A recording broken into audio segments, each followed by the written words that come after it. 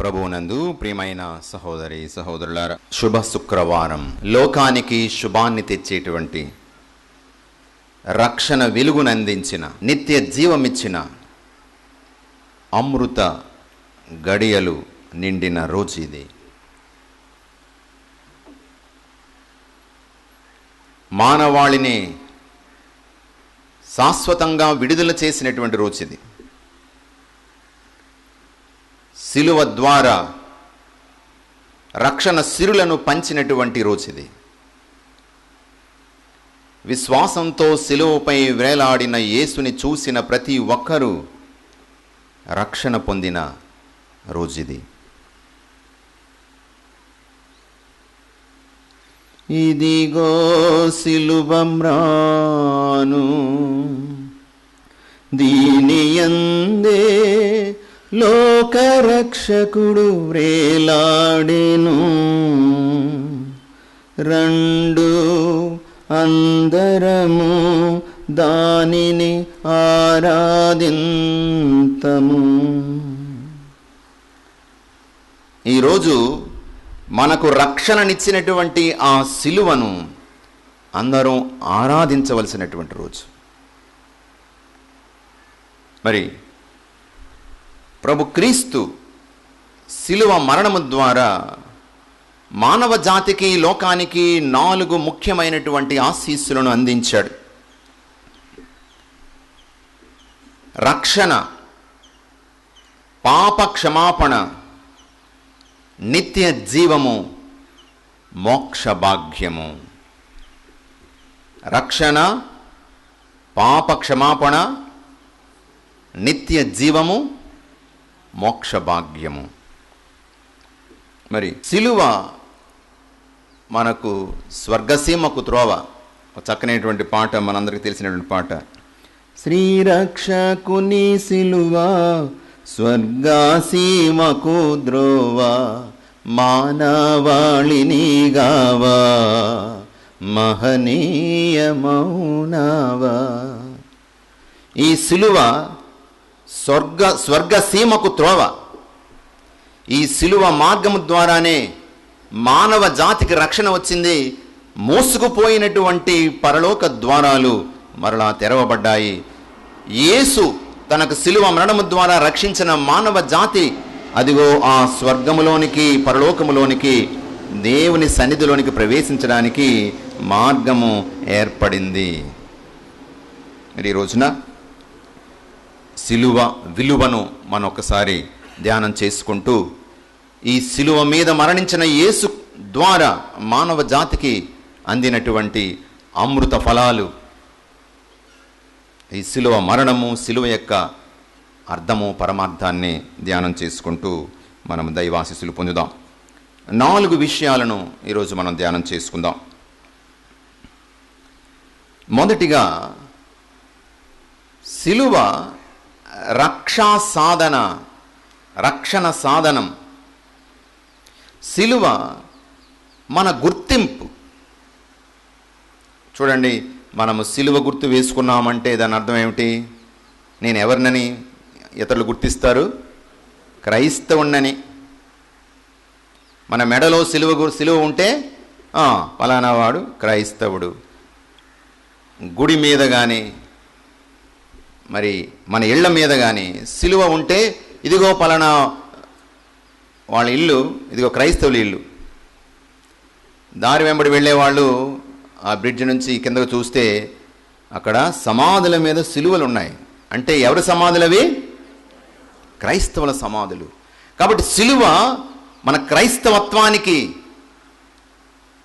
మనం క్రైస్తవులమని లోకానికి మనల్ని గుర్తింపుగా నిలిచి ఉంది శిలువ. మరి ఈ శిలువ రోమను ఆచారం ప్రకారముగా బందిపోటులకు, దేశద్రోహులకు వేసేటువంటి కఠోరమైన, అత్యంత అవమానకరమైన ఒక శిక్ష. కాబట్టి శిలువ ఒక శిక్షా సాధనం.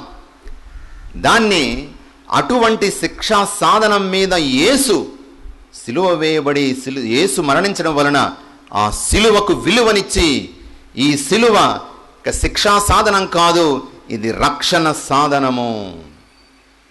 రక్షణ సాధనముగా యేసు దానిని మార్చాడు. ప్రియమైన సహోదరులారా, 1 కొరింథీయులు 1వ అధ్యాయము 18వ వచనములో మనం ఈ విధంగా చదువుతున్నాం. భ్రష్టులైన వారికి సిలువపై క్రీస్తు మరణమును గూర్చిన సందేశము అర్ధరహితము, కానీ రక్షించబడుచున్న మనకు అది దేవుని యొక్క శక్తి. సిలువ దేవుని యొక్క శక్తిని మనకు అందించింది, రక్షణను అందించింది, నిత్య జీవాన్ని అందించింది. కాబట్టి సిలువ మన రక్షణ సాధనము.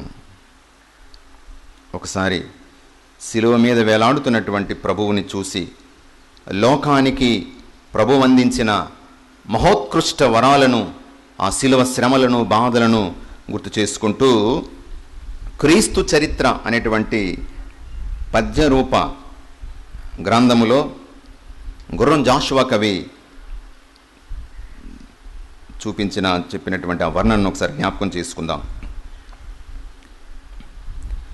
బలి అయిపోయనే గొల్గొతాగిరి యెహోవ ముద్దు బిడ్డండు, దుష్టుల దుశ్చర్యల కగ్గమై భువనముల్ శోకింప స్వర్గాన దూతలు కన్నీటమునగా నకట పవిత్రంబైన తద్రక్త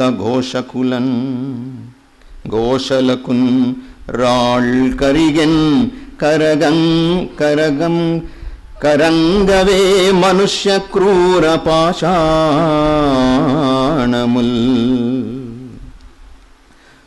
దూతలు కన్నీరు కారుస్తున్నారు, స్వర్గాన రాళ్ళు కరుగుతున్నాయి, కల్వరిగిరి రాళ్ళు కరుగుతున్నాయి. కానీ ఈ మనుషులున్నారే, ఈ పాపాత్ములైనటువంటి రాతి గుండె మనుషుల యొక్క గుండెలు కరగడం లేదు, మనసు కరగడం లేదే.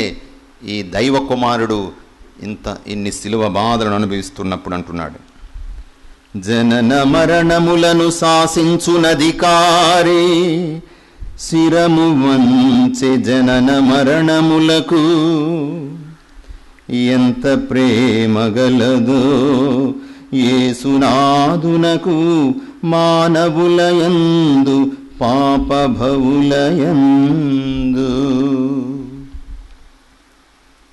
జనన మరణాలను శాసించేటువంటి అధికారి జననానికి మరణానికి శిరస్సు వంచాడు.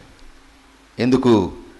మన మీద ప్రేమ వలన, మనల్ని రక్షించడం కోసము ఇమ్మానువేలు దేవునిగా, మనలో ఒకనిగా కష్టాన్ని, కన్నిటిని, బాధను, ఒంటరితనాన్ని అనుభవించి మనలో ఒకనిగా మారి మన కొరకు సిలువలో మరణించిన ప్రభువుకి ఎంత ప్రేమ, ఎంత జాలి. కలువరిగిరి నెత్తమ్ముల సిలువను వ్రేలాడు క్రీస్తు జీమూతము, భూతలమున గురిసిన నెత్తుట మొలిచెన్ సన్ముక్తి సస్యమున్ భక్తులకు.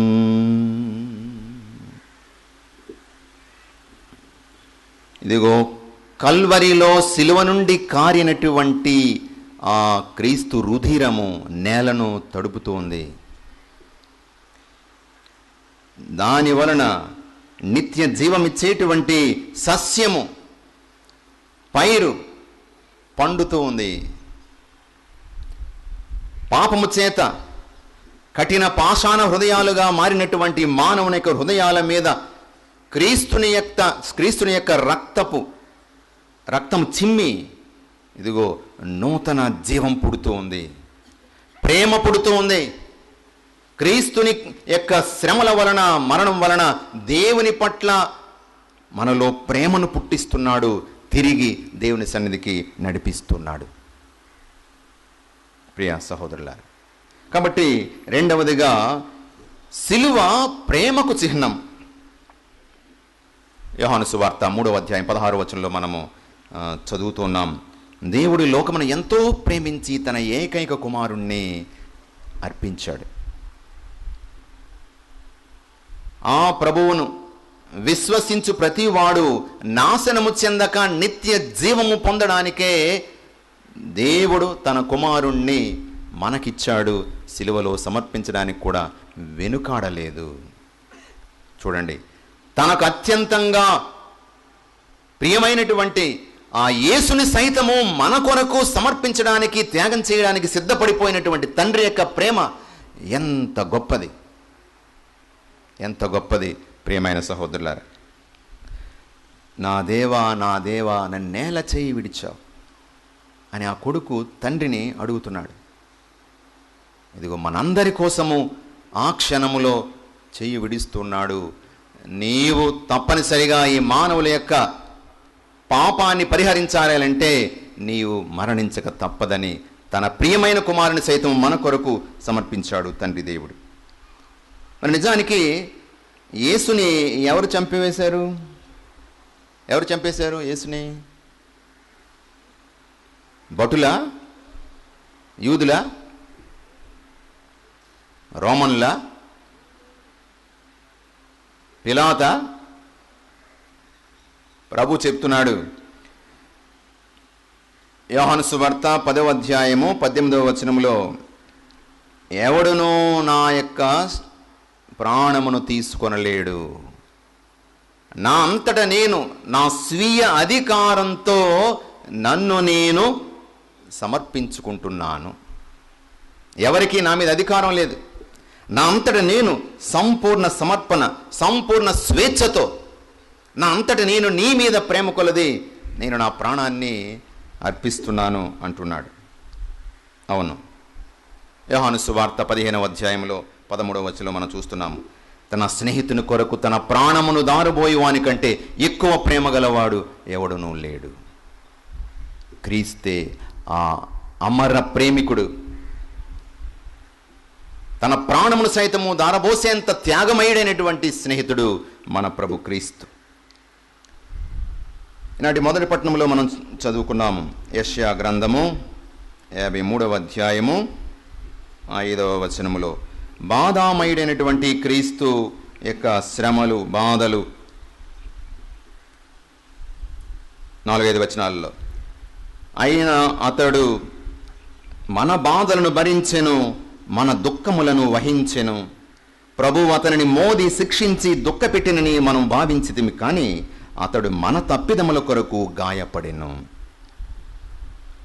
మన పాపముల కొరకు నలిగిపోయెను. అతడు అనుభవించిన శిక్ష ద్వారా మనకు స్వస్థత కలిగెను. అతడు పొందిన దెబ్బల ద్వారా మనకు ఆరోగ్యము చేకూరెను. తాను పొందినటువంటి గాయాల వలన మనకు స్వస్థత కలుగుతుంది. ప్రియా సహోదరులారా, దీని అంతటికి కారణం ఏమిటి? మన మీద ఉన్నటువంటి ప్రేమ, ప్రేమ, ప్రేమ, మరొక మాట లేదు.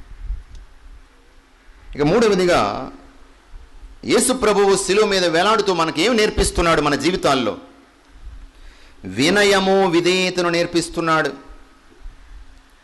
వదకు కొనుపోబడినటువంటి గొర్రె పిల్లవలే తనను తాను, ఇదిగో ఆ సైనికులకు, తను చంపుతున్నటువంటి వారికి తనను తాను సమర్పించుకున్నాడు. సాధు గొర్రె పిల్లవలే, ఎటువంటి ప్రతిఘటన లేకుండా, తనను తాను సంపూర్ణముగా వారి చేతుల్లోనికి సమర్పించుకుంటూ ఉన్నాడు. ఫిలిప్పీలకు రాసిన లేఖ 2వ అధ్యాయంలో మనం చదువుతున్నాం, స్వార్థ బుద్ధితో తన యొక్క సమానత్వాన్ని తండ్రితో పట్టుకొని వేలాడలేదు. తనను తాను రిక్తిని చేసుకొని, పూర్తిగా ఖాళీ చేసుకొని, వినయవంతుడై శిరస్సు వంచి ఈ యొక్క భూమి మీదకి వచ్చాడు. అతడు విధేయించాడు తండ్రిని. ఎంతవరకు? మరణము వరకు, శిలువ మీద మరణం వరకు ఆ తండ్రిని విధేయించాడు. దౌర్జన్యమునకు గురి అయిన అతడు వినయముతో ఆ బాధలను సహించాడు. తాను పొందిన దెబ్బల ద్వారా విధేయతను అభ్యసించాడు. తాను పొందినటువంటి దెబ్బల ద్వారా విధేయతను అభ్యసించాడని అద్భుతంగా మనము పరిశుద్ధ గ్రంథం నుండి నేర్చుకుంటున్నాం. ప్రియ సహోదరులారా, ఇక 4వది చాలా ముఖ్యమైనటువంటిది సమాధాన బలి. శిలువ మీద అర్పించినటువంటి బలి. శిలువ మరణము పరలోక భూలోక వారధి, ఒక నిచ్చెన, ఒక బ్రిడ్జ్, పరలోకాన్ని భూలోకాన్ని కలిపినటువంటి ఒక వారధి, ఒక నిచ్చెన. ఇది అంగీకార బలి. కొలెస్సలకు రాసిన లేఖ 1వ అధ్యాయము 20-21 వచనాల్లో మనం ఇది చదువుతున్నాం. ఈ కుమారుని ద్వారా సమస్త ప్రపంచమును తిరిగి తనతో సమాధానపరుచుకొనుటకు దేవుడు నిశ్చయించుకొనెను. పరలోక భూలోకముల యందలి సమస్త వస్తువులను ఆయన తన కుమారుని శిలువ బలి ద్వారా తనతో సమాధానపరుచుకొనెను. ఒకప్పుడు మీరు దేవునికి చాలా దూరముగా ఉంటిరి. మీ దుష్ట కార్యముల ద్వారా, దురాలోచనల ద్వారా ఆయనకు విరోధులైతిరి. ప్రియ సహోదరులారా, ఆదాము హవ్వలు చేసినటువంటి పాపం వలన మూసుకుపోయినటువంటి స్వర్గ ద్వారాలు అపర ఆదాము, మలి ఆదామైనటువంటి క్రీస్తు, మలి ఏవ అయినటువంటి మరియ తల్లి వారి యొక్క విధేయత ద్వారా మోసుకుపోయినటువంటి స్వర్గ ద్వారాలు తిరిగి తెరవబడుతున్నాయి. పరలోకము భూలోకము ఏకమవుతూ ఉంది. ఒక సమాధాన బలి, ఒక సఖ్యతా బలి. అటు దేవుడు, ఇటు మనిషి. God and man, the God man Jesus has joined heaven and earth. God and man. దేవుడు మానవుడైనటువంటి ఆ యేసు అటు దైవత్వము ఇటు మానవత్వము కలిగి ఉండి దేవుణ్ణి మనిషిని ఒకటి చేస్తున్నాడు. is the intermediary, is the mediator between God and man who died on the cross to save us and to unite us with heavens. కాబట్టి ఇది ఒక సమాధాన బలి. ఎటువంటి సమాధాన బలి? ఎఫెసీయులకు రాసిన లేఖ 5వ అధ్యాయం 2వ వచనంలో మనం చదువుతున్నాం. అక్కడ క్రీస్తు మనలను ప్రేమించినందు చేతనే దేవుని సంతోషపరుచు సువాసనతో కూడిన అర్పణముగా బలిగా మన కొరకై తన ప్రాణమును సమర్పించెను. అట్లే మీరును ప్రేమతో నడుచుకొనుడు.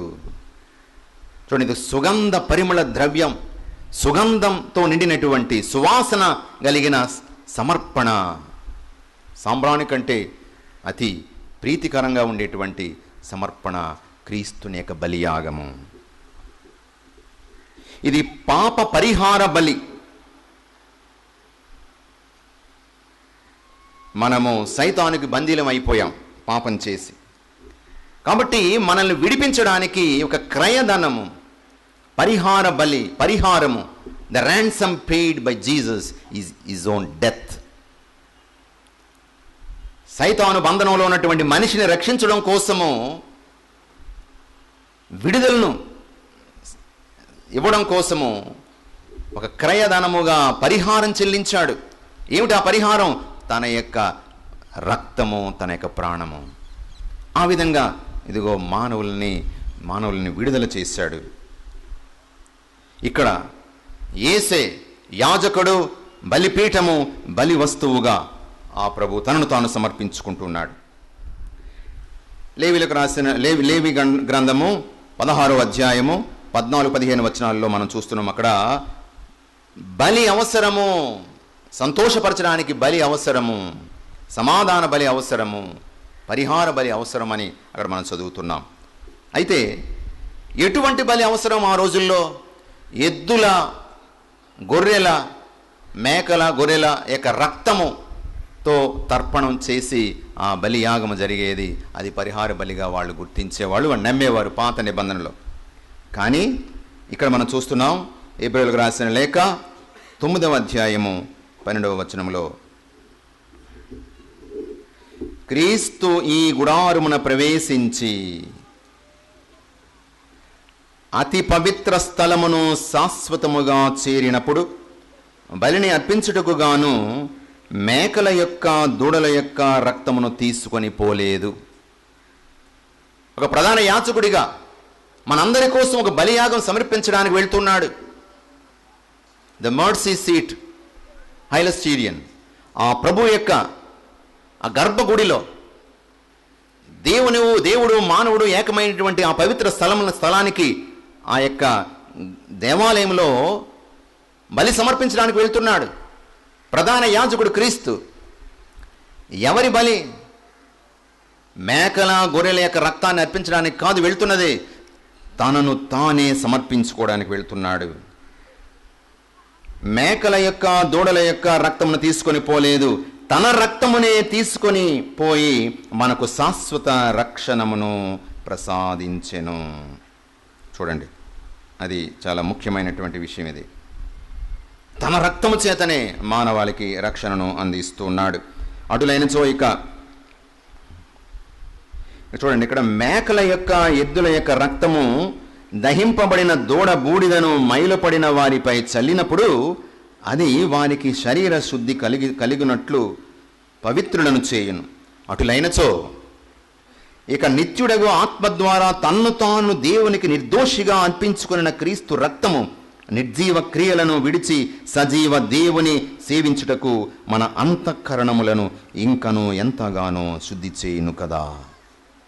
మేకల రక్తంనే చల్లినట్లయితే ఇక్కడ శారీరకమైన శుద్ధి కలుగుతుందని నమ్ముతున్నప్పుడు దేవాది దేవుని యొక్క దైవ కుమారుడే తన యొక్క రక్తాన్ని నిష్కలంక గొర్రె పిల్లవలే ఆ బలిపీఠం చెంత చిందినప్పుడు మనందరికీ ఎంత ఆత్మీయ మేలులు, ఆధ్యాత్మిక మేలులు మనం పొందుతామో మనం ఊహించవచ్చు. 22వ వచనంలో మరొకసారి మనం చూసినట్లయితే, నిజమునకు ధర్మశాస్త్రమును అనుసరించి దాదాపు సమస్త వస్తువులను రక్తముచే శుద్ధి చేయబడును, రక్తము చిందకయే పాపక్షమాపణ లభించదు. రక్తము చిందకయే పాపక్షమాపణ లేదు. ప్రియ సహోదరులారా, మరి ఇంతటి మహోత్కృష్టమైన బలియాగము క్రీస్తుని యొక్క శిలువ బలియాగము. తండ్రి దేవునికి ఎంతో ప్రీతికరమైన అర్పణ, సుగంధ పరిమళంతో నిండినటువంటి అర్పణ. ఇది మనకు రక్షా సాధనం, ఇది ఒక ప్రేమకు చిహ్నం, ఇది వినయ విధేయతల ద్వారా అర్పించబడినటువంటి బలి, ఇది సమాధాన బలి, పాప పరిహార బలి, మన రక్షణ బలి. మరి ఈ ప్రభు యొక్క శిలువ శ్రమల ద్వారా మనకు అందినటువంటి 4 వరాలు మరొకసారి గుర్తు చేసుకుందాం. ఏమిటవి?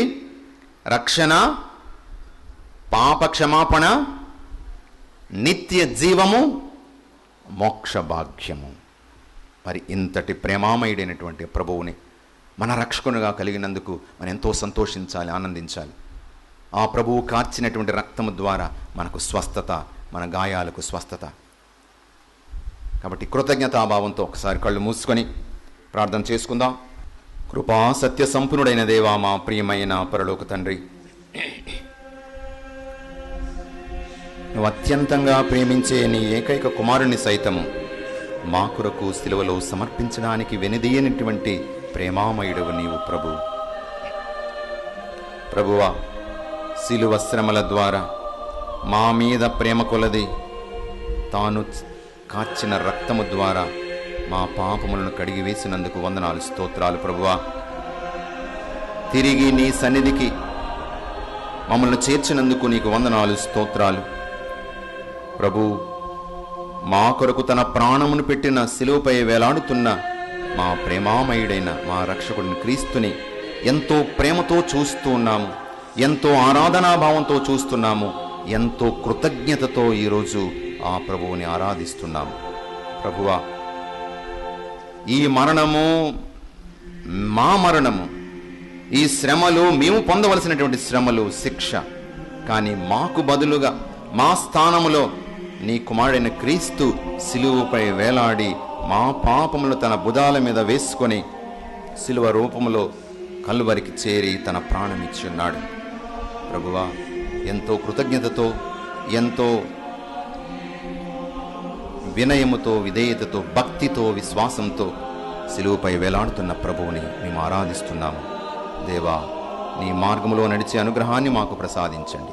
రక్షణ వెలుగులో మేము నడుస్తూ అనేక మందిని ఆ రక్షణ వెలుగులోకి నడిపించేటువంటి శక్తిని ప్రసాదించమని నీ కుమారుడును మా ప్రభువైన యేసుక్రీస్తు పరిశుద్ధ నామమున వేడుకొనుచున్నాము తండ్రి.